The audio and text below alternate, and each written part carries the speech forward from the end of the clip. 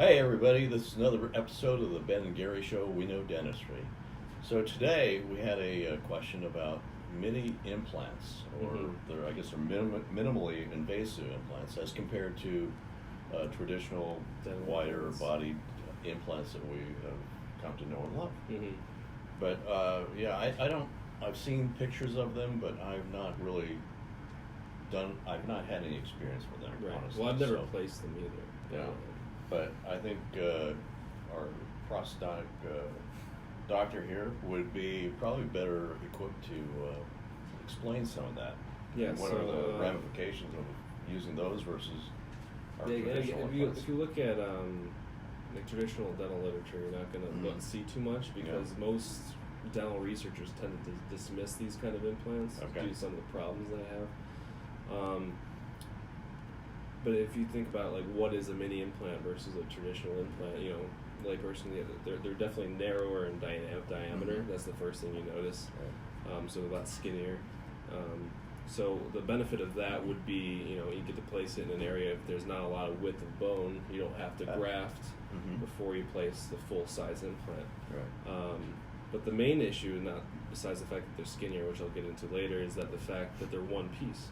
So typical implant, as I don't know if we've explained before, but there's a part that goes into the bone. It has a hole with some threads in it, and then you have another part that's screwed into that sticks out of the gums, so that way we can put the tooth on top. Right. And the issue with mini implants is it's all one piece. It goes from the bone all the way up, outside the gum. So you have to have enough vertical height of bone to support that. But also the issue is because it's a really skinny implant, so it's very fragile in the sense that if something breaks off, or if a piece where you can't get a crown on it anymore, then it's kind of useless. You're not able to just take out the top part and put in a new one, which you can do with a typical implant. You actually have to drill out the whole implant and put a new one in. No. And they tend to break more because they're skinnier. They're narrow in diameter. Okay, yeah. But restoratively, when you have what the top is shaped like, what is it shaped like? It's just like a little ball sticking on top. So what kind of retention do you get there? Not as much as you do with a traditional implant. Yeah, so a traditional implant, you got the abutment that sits on there that mimics, a normal tooth preparation. Okay. And you have a intimately fitting crown that sits right on top. Right. So that way, even without the cement, it fits pretty well. Right. Yes.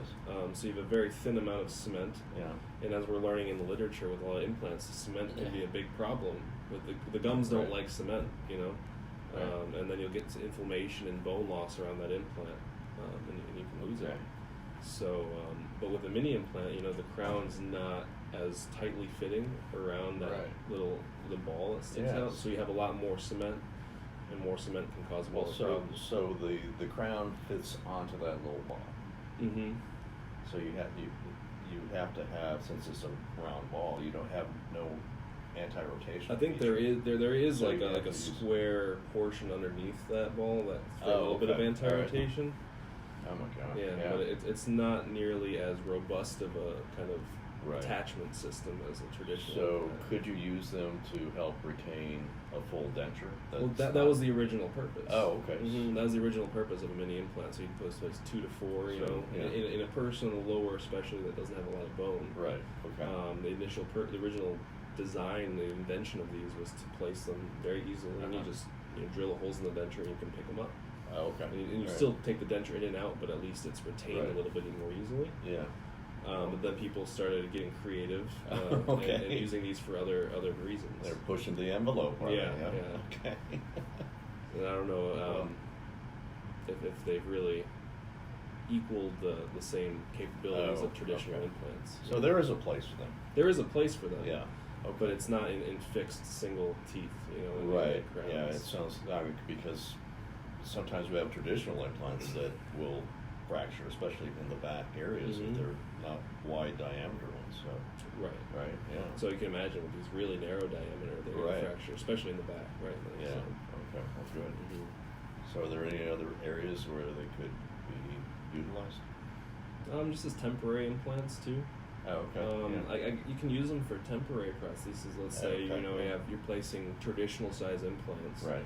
and in the short term, you don't have Okay. any teeth to make a prosthesis. Oh, that's a good idea. You can put them in between, Okay. and they can be immediately loaded with the temporary teeth. Gotcha. While the other implants are fully Oh, nice. integrating. Yes. But then you take them out when you Oh. because it's only a short term, let's say 6 months or so, that they're Mhm. being actually used and Right. loaded with Yeah. force.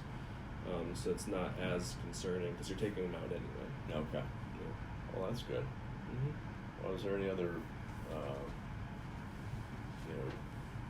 areas that they could be utilized in as far as maybe just, okay, so you've used them for, as a Mhm. temporary for traditional implants, you use them for, helping Complete to denture. retain dentures. Mhm. Is that about really all That's you would use pretty for? much, yeah. Personally, that's all I Okay. would use them for. I don't know. I'm sure people have other uses for Yeah. them as well. Yeah. Well, so that's a good thing to know. Keep that in your up your sleeve, right? Right. But it's definitely, it has its use, but I think there's certain times that people use them that they shouldn't be used. Right. And then it's kind of a disservice to the patient. 'Cause Okay. initially, they might have a nice outcome and it might Mhm. feel nice and Yes. look okay, but over time, the complications from it Oh, right. cause right. more problems than it's worth. Okay. Well, good. Yeah. I think that about covers it. So thanks for your input there. Yeah.